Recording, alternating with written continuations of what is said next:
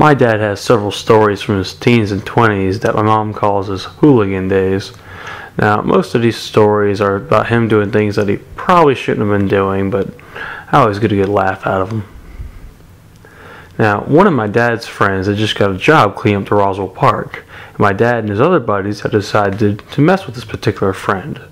They went out and bought the biggest bottle of dish soap they could possibly find, but as they were paying for it, a police officer was giving them some funny looks.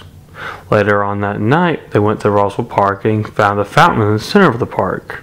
They cut off the top of the bottle and threw it to the top part of the fountain, out of sight of anyone underneath it. So the Jets started shooting soap suds, but as they were just admiring their artwork, they heard police sirens and got into the truck. But the truck wouldn't crank. Now they pushed it down the hill to try to pop the clutch, but still, no luck.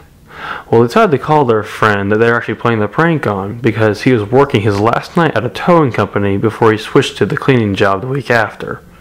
When he got to the park, he heard the sirens and knew my dad and his friends were up to something. Now, as it turns out, the sirens for a house fire out close to the park had nothing to do with my dad at all. But the next day, my dad's friend went to his new job, and his first thing he had to do was to clean the fountain. Now, what he didn't see was a bottle at the very top of the fountain.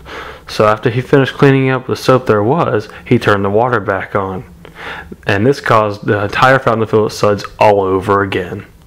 When my dad's friend finally climbed up to the top of the fountain, he found the bottle and he had figured out why my dad and his friends had been in such a rush to get out of the park the night before.